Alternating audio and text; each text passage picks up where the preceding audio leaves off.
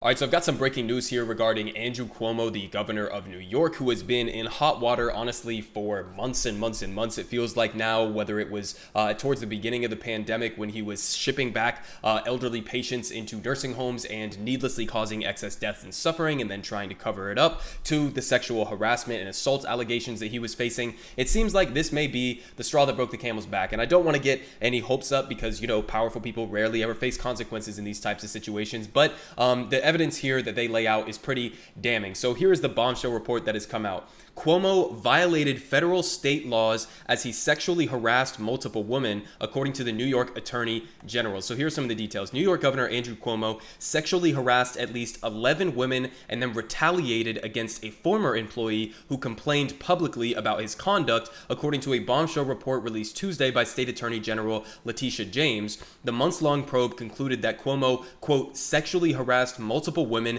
and in doing so violated federal and state law, James said at a press conference. Her office noted, however, that there were no specific penalties tied to the report. Interesting. And the 165-page report, which comprises of interviews with 179 witnesses and a review of tens of thousands of documents, also said that Cuomo's office was riddled with fear and intimidation and was a hostile work environment for many staffers. And they continue that Cuomo harassed members of his own staff, members of the public, and other state employees, one of whom was a state trooper, apparently.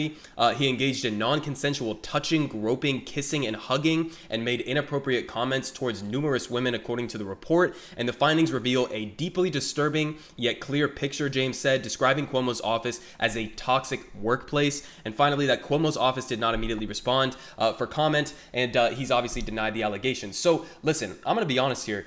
I thought that we were kind of past the Andrew Cuomo phase and that he had kind of made it out of the woodworks. At least that's what it seemed, due to how much the media has not been covering some of the previous scandals that we were talking about, right? So the early one that I think was the most egregious one outside of just the sexual harassment and assault allegations was the nursing home scandal. So if you remember, at the beginning of the pandemic, Andrew Cuomo, one of his biggest donors is nursing home executives. And so they donate a bunch of money to his campaign. And so, of course, he's going to turn around and give them assistance when they need it. And they needed assistance in the pandemic. Assistance for what? Well, assistance in not having to follow any reasonable guidelines to keep people who were staying in the nursing homes safe. And so what Andrew Cuomo did is basically form a ridiculous policy, a reckless policy that put potentially COVID positive nursing home patients back into nursing homes, which led to a massive explosion in cases in New York nursing homes, which led to countless excess deaths that his office, under his watch and his pressure,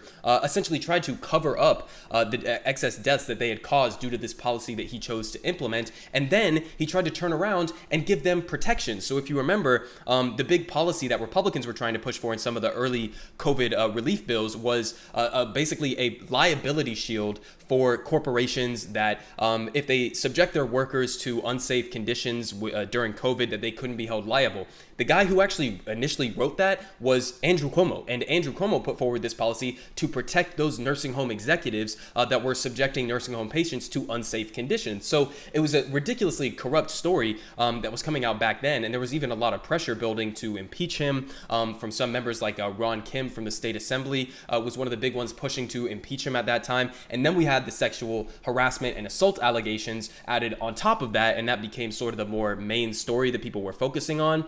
And then now with this, I mean, it seemed like we had a brief period there of at least a couple weeks or months even where nobody was really talking about Andrew Cuomo, and it seemed like he kind of got past that hump of media scrutiny, even though the mainstream press really wasn't putting much pressure on him, especially with the nursing home deaths. They kind of just scrubbed over that really quickly. But now with the New York Attorney General actually coming out and releasing this report and standing by it, listen, there's going to be a shit ton of pressure that is building on him, not only to resign. I've been seeing even some like corporate Democrats like Kirsten Gillibrand now coming out and calling for him to resign, as well as the top Democrat in the state Senate in New York. So it seems like people are piling on, and this could be that final straw that broke the camel's back and forces Andrew Cuomo to actually take some responsibility. Now, we've seen what he does in these moments before. We saw what he did in the face of the nursing home allegations and the initial sexual harassment and assault allegations. He's probably going to go out there to the media and just stonewall and basically pretend as if, oh, it wasn't a big deal. There were misunderstandings, is how he kind of sort of framed it at the beginning. And he's really been a sleazebag throughout this entire process, especially considering how the media was covering him early on in the pandemic, with him going on Chris Cuomo's show on CNN and them doing their little cutesy brother banter segments that were, ridiculous, where they're, oh, we're talking about meatballs back in the day with dad. Remember that? That was great. And that was at the time that he was basically making these policy decisions that were killing old people in these nursing homes. So we know that the media has failed to do their job in adequately applying pressure when these types of things come up. But hopefully this will be a different situation because, the evidence that they're pointing out here seems to be pretty clear cut. They interviewed, almost 200 people in this process. It seems like they have a pretty strong case here. And at the bare minimum, Andrew Cuomo should be pressured to resign. And if not, then they immediately have to get work on these impeachment proceedings.